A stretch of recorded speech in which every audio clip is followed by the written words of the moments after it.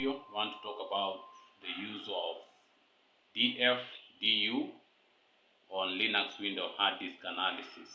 So let's meet there and listen to the video, then give me your comments below so that I know which part to touch next time. For example, if you want to check for files that are inside your server or your desktop or the laptop itself, you need to use a df, which is disk file system.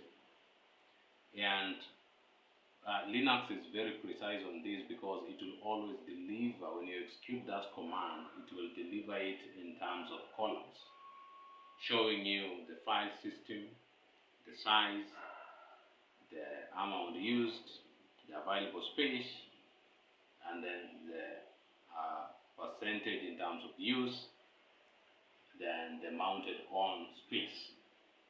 Now, in this environment on this file system, Linux Wind also gives you another option that is called precise option.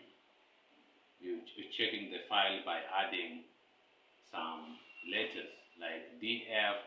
Now, to be more precise, df will add h. H will be standing for DH will display in a human readable format. dm, this command is used to display information in the file system. dk to display file system usage in KB, and more others. But there's another function called du. du is used when you want to locate a specific file in the directory. Now, here you locate it from a folder using it will bring the name. It is very specific. So how and most of it you'll always add a desktop to see the usage of the folder speed. So I'll display it correctly how the commands look like so that you will be able to see what I mean by du. Remember, df is different from du. du is used for precise and df for general answers.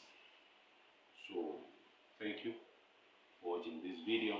Let's meet in the comments below and see what you say.